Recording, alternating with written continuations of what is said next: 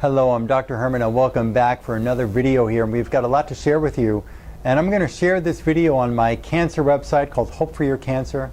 I'm going to share this with people on other websites that I have because I take care of people with autoimmune diseases like multiple sclerosis and lupus and people with strokes. And this is really important to understand because this kind of bacterial infection called Mycoplasma or Brucella can actually lead to conditions that mimic Lou Gehrig's disease, that mimic multiple sclerosis, that actually can cause a presentation in the brain that looks like a cancerous tumor when it really never is a cancerous tumor, and it's all caused by this bacteria. So listen to this.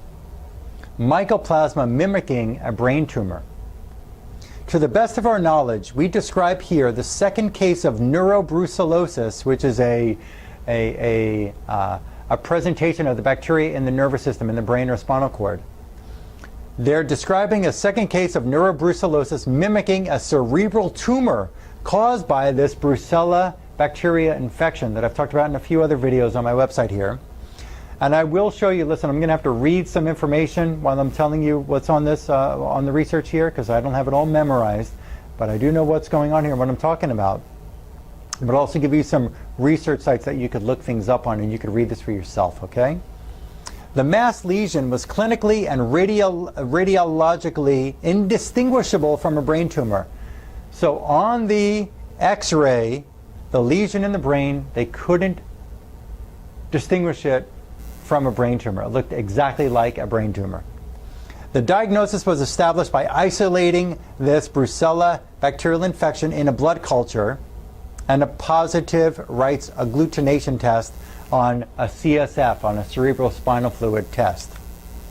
This person, a 20-year-old woman, presented with left arm and left leg numbness and weakness for a month. 1 week before admission, the symptoms had become particularly severe and even had a mild headache. The patient had a history of previous brucellosis, previous Brucella Mycoplasma infection. The diagnosis of brucellosis was first made 4 months previously. At that time, she was given some antibiotics and she remained free of symptoms until 1 month previously.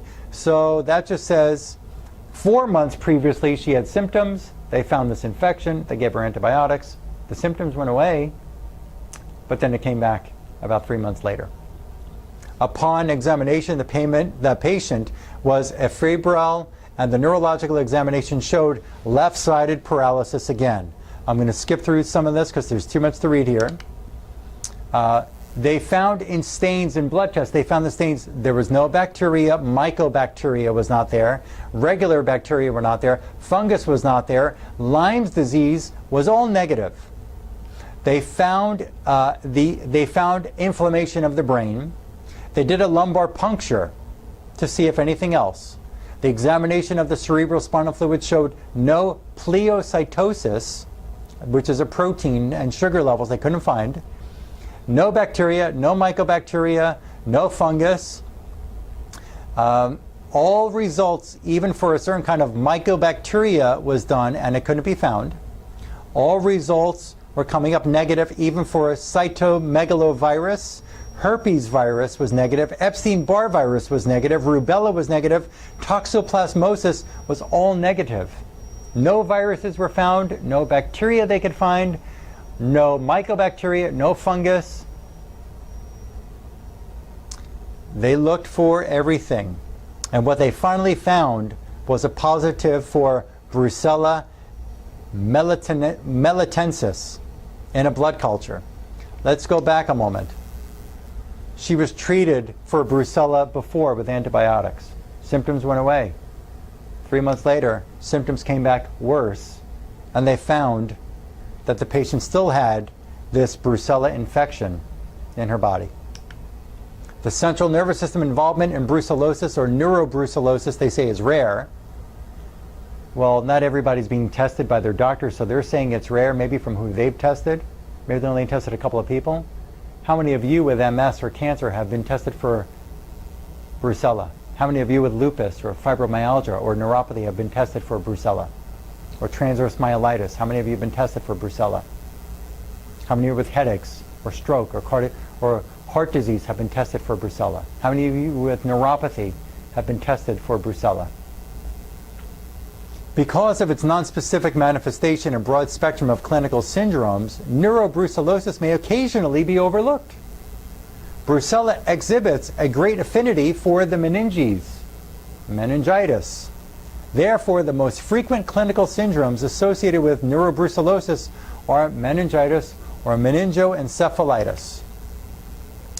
Remarkably here, we also observed neurobrucellosis as another condition, mimicking viral encephalitis.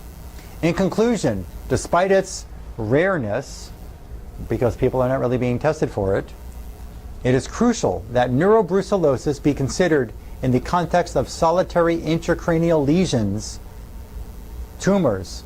They need to look at this.